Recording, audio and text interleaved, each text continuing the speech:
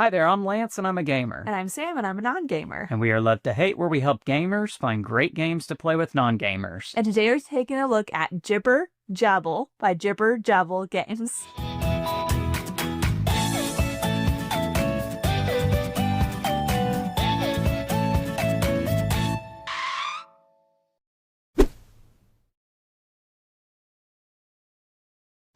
Jibber Jabble, that's going to be a tough one, tongue twister there, is a simple little card game that comes in this little tuck box.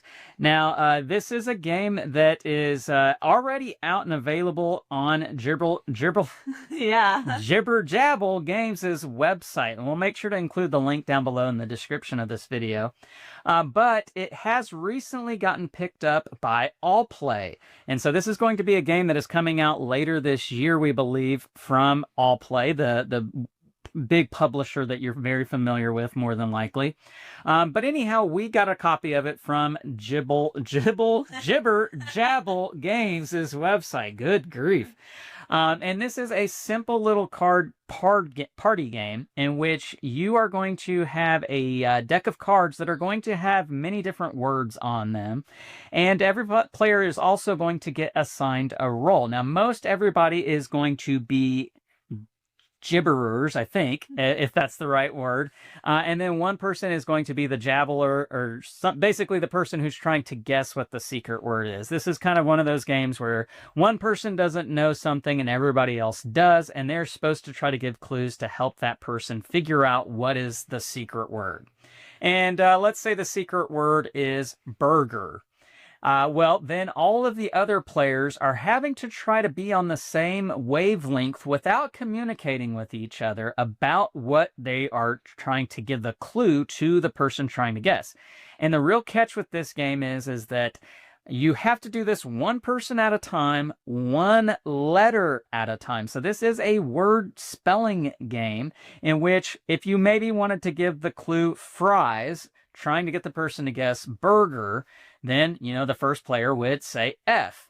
But nobody has communicated prehand about what the clue is, so maybe nobody really knows what the first player is thinking when they say F. And so that might lead some other players going off on a tangent that didn't make sense to anybody else. And this can really kind of get out of hand very quickly. But it's up to them to try to work together to give a clue, ultimately to help the person guessing figure out the right word. And then hilarity ensues when playing this game because it's guaranteed that not everybody is going to be on the same wavelength, but ultimately it does work out to where you give some clues and ultimately you get that person to where you were hoping to get them. You just might not give the clues you thought you were going to give from the very beginning. Very interesting game. It's a game in which you basically play until you don't want to play anymore. Now, there is a sabotage mode where you can have a saboteur involved where they're basically giving other clues that aren't a part of the word that they're wanting to spell. And basically, you do have the saboteur versus everybody else. And so you can play in that manner where you do have someone or a team winning. But that's an alternate variant to play in this game if you want to play that. So that being the outlook of the game, the overview of the game, let's jump into the bullet point highlights for what works well with this game for you as a non-gamer and what doesn't work so well. So what are the pros about Jibber Jabble that works well for you? I mean, it's fun. It's definitely a party game. It's quick to understand. It's fairly quick to play. I think my biggest problem is my dyslexia and being able to follow as people are spelling things. They said that not visually be able to see things, and I'm sure it's not just me, but other people. If it's being spelled quickly enough, I have to be like, wait, slow down. What letters did you say? And try to figure out. Which is why, and I don't think this hurts the game in any way. When you play this one, it might be a good idea to have a pencil and paper so that you can write the letters that people have said. I was having to write them with my finger just to keep up. Right. But that's not a... Well, even me not being dyslexic had a little bit of an issue with that. So that could be maybe a con. Yeah. That it is kind of one of those things where, especially if you're trying to spell like a 6 or 7 letter word, which don't do that. That's not going to go well for you. But if you did do that, that might be hard to kind of Yeah. keep up. Okay, where are we at in the word? That's I don't know. Maybe that's a bigger issue for you. I didn't Yeah. find that to be such a big issue.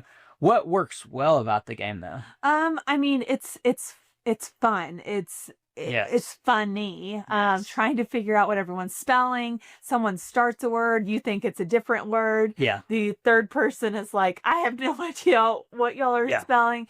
And you do have cards that allow you to skip a person or Right. play two letter or say two letters and things like that, and that is helpful. But that strategy between the people that are trying to do the clues, I think that's more enjoyable than being the person trying to Yes. figure out what the clues are. This is one of those games where, you know, sometimes in these kind of games, it sort of feels like all I get to do is just one small little thing. And you do still have that be a part of this game where all I'm doing is giving one letter, or all I'm doing is try to piece together something.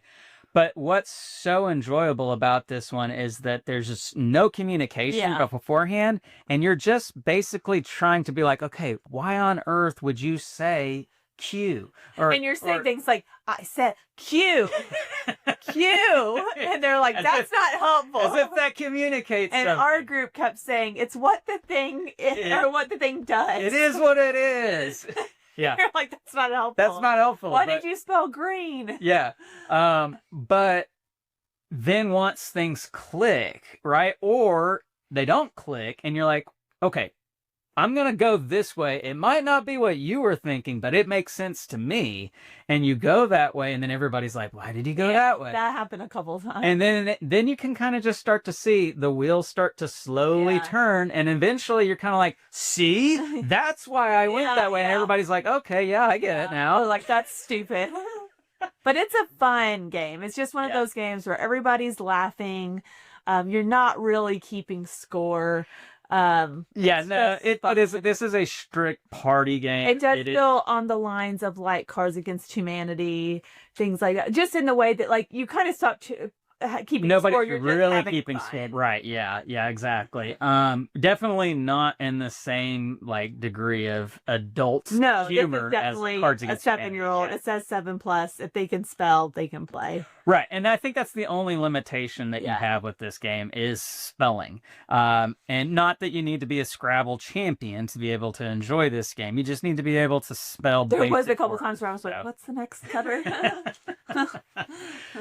Box does say ages 7 and up, 3 minutes to 3 hours, and I think in our first playthrough of it with another couple, we probably played this for 45 minutes. I was gonna say like an hour and 15. It felt like it was a considerable amount of time. With the same couples next weekend, and this is gonna come. We are definitely bringing this with us. Fun. Everybody enjoyed it. This was a fantastic experience with this one. So that all being said, final score, scale of 1 to 10. What do you give this one?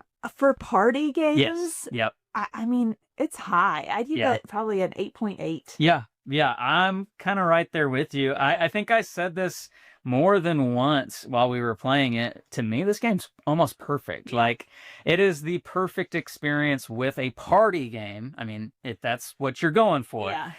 This game knocks it out of the park. So I'm a 9 on this one.